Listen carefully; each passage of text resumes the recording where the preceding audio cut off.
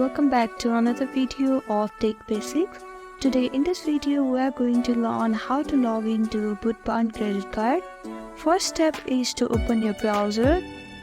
After opening your browser, click on the search engine and type in Bootbarn credit card.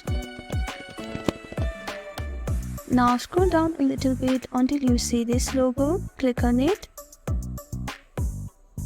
Now this is the homepage of Bootbarn website. If you don't have an account yet, you can click on create an account to create a new account. And if you want to check the status of your order, you can click on this link. Now type in your email. Now type in your password. If you click on this box, then you are ensuring that you are saving the information on your browser. If you have forgot your password, you can click on this link and reset your password. Now click on sign in, and this is it. Following this simple step, you are now able to log in Bootbarn credit card.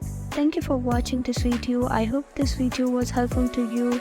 Please do like, share and subscribe to our channel, and don't forget to comment down below. Thank you.